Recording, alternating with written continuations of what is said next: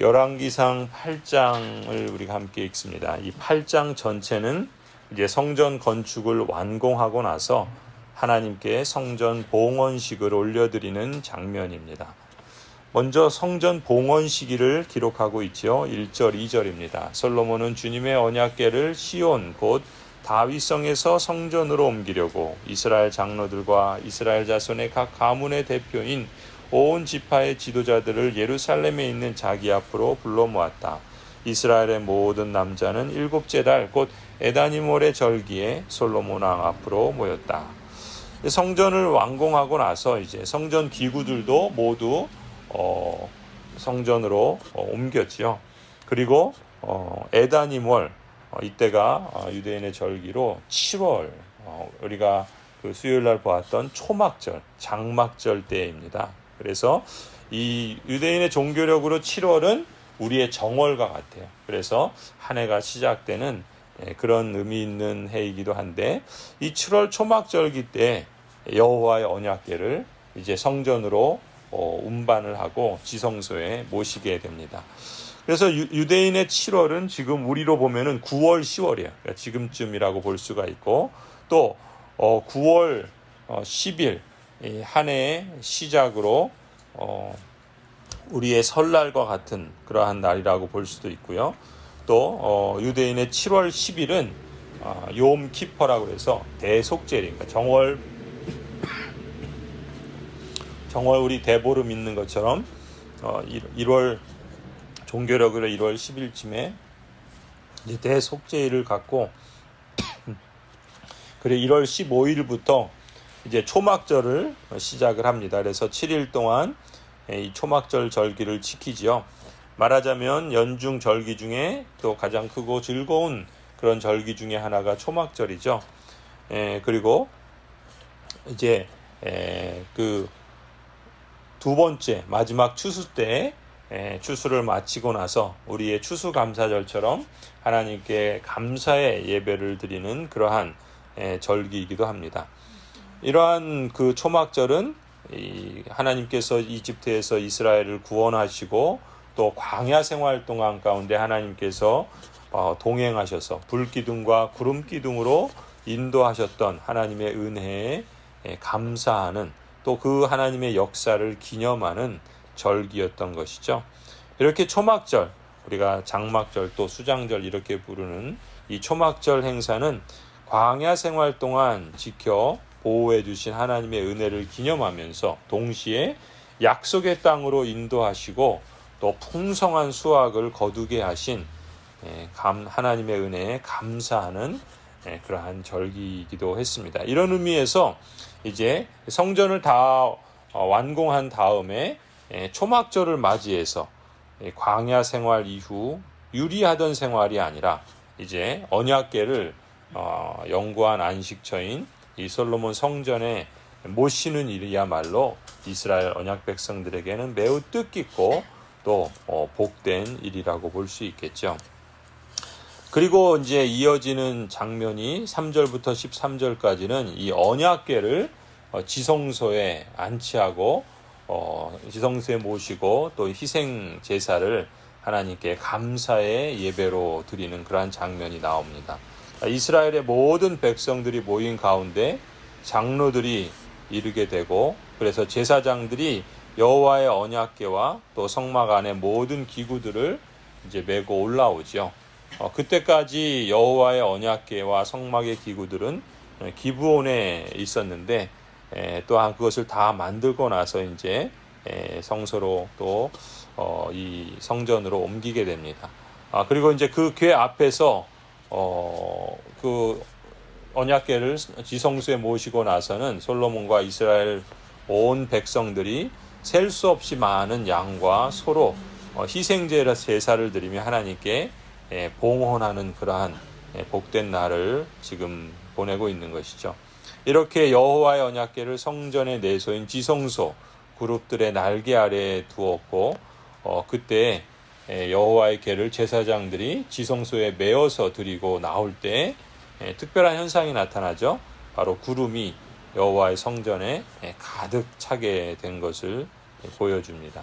그것은 바로 하나님의 영광이 주님의 임재의 그 영광이 이 성전 가운데 충만하게 임하는 것을, 그래서 이 성전을 하나님께서 기쁘게 받아주시고 또 그들 가운데 함께 계신다라는 것을 이러한 구름이 가득 찬, 그래서 성전에 가득 채운 주님의 영광으로 보여주신 것이죠.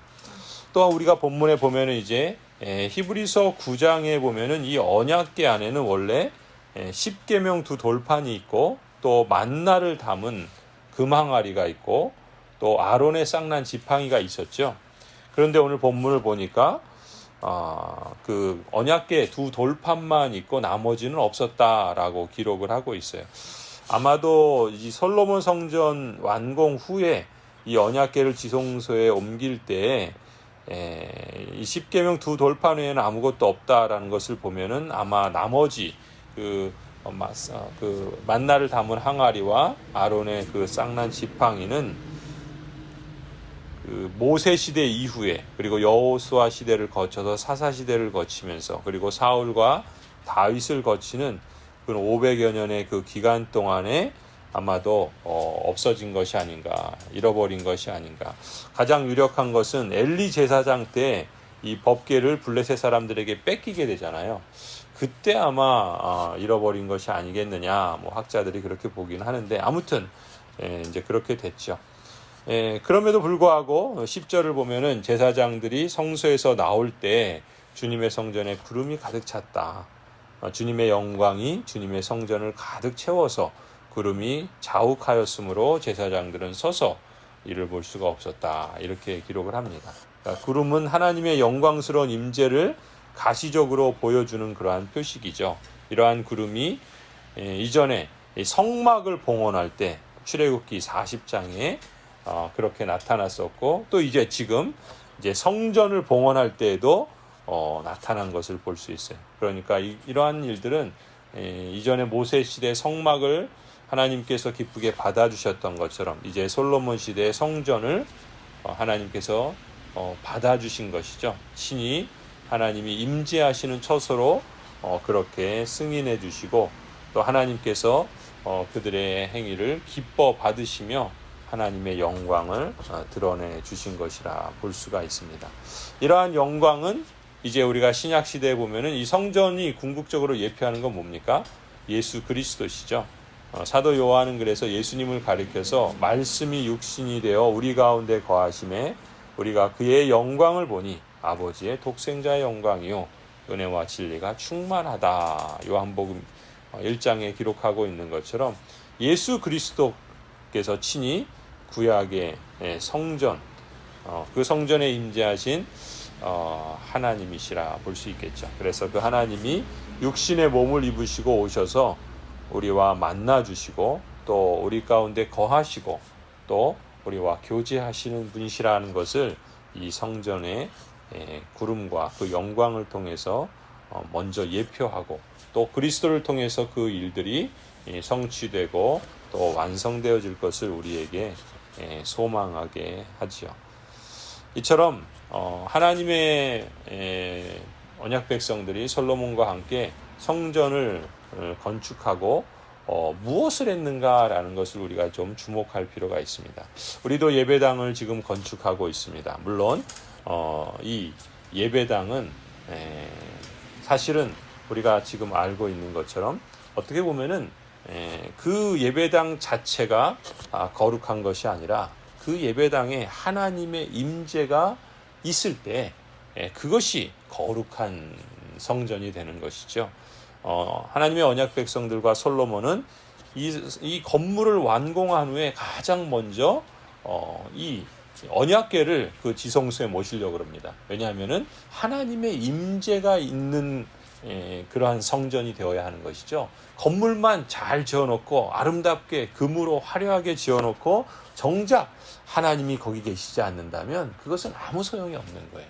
하나님의 임재가 있는, 그래서 다윗도 예루살렘으로 도읍을 올렸을 때 그 언약궤를 제일 먼저 옮기려고 했던 것처럼 그 아들 솔로몬도 이제 성전을 짓고 나서 가장 먼저 하나님의 언약궤를 그 지성소에 모시는 일을 했던 것을 우리가 주목해 볼 필요가 있습니다. 또 그리고 나서 뭘 합니까? 이제 희생 제사를 드리며 하나님께 감사의 예배를 드려요. 성전 자체가 무엇입니까? 하나님이 임재하신다. 하나님이 거기 계신다. 여호와 삼마잖아요.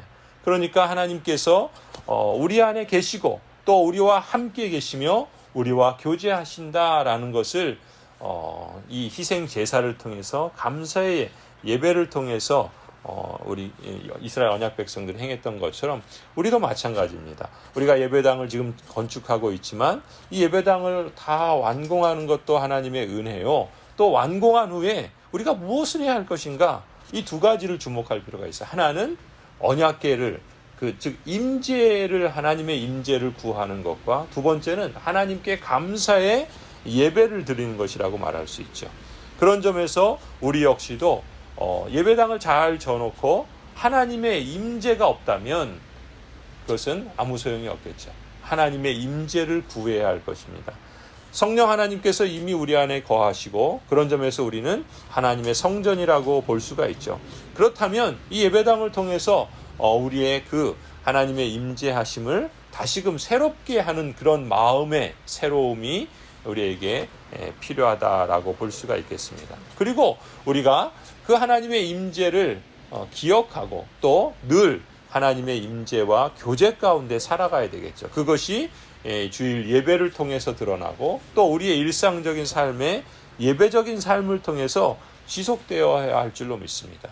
그래서 이 예루살렘 성전이 솔로몬 성전이 그들의 불순종과 반역으로 회파되고 포로로 끌려갔던 이런 일들이 반복되지 않도록 우리의 삶 속에서 하나님의 임재와 그리고 하나님께 감사의 예배를 드리는 이러한 삶을 지속해야 할 줄로 믿습니다. 이렇게 사실 우리 몸도 마찬가지예요.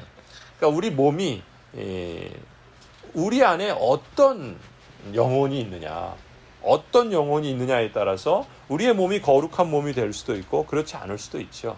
하나님이 임재하시는 영혼, 하나님이 함께 하시는 영혼, 하나님을 예배하는 영혼, 그것이 바로 우리의 몸과 영혼이 참으로 전인적으로 하나님을 예배하고 하나님을 기쁘시게 하며 그러한 사람이 진짜 참된 성도요.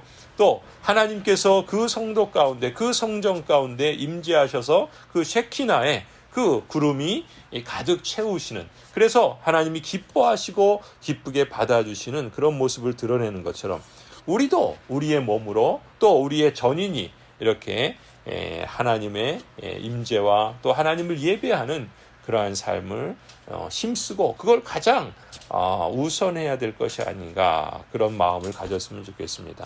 하나님의 언약 백성 가운데 거하시고 그 영광을 나타내실 정도로 기뻐하시는 하나님처럼 우리 또한 임마누엘이신 예수 그리스도와 우리 안에 내주하시는 성령 하나님을 모신 사람으로서 하나님을 사랑하고 또 하나님을 영화롭게 하는 그러한 삶을 살아가기를 즐거워하는 그런 복된 인생이 되기를 간절히 소원합니다.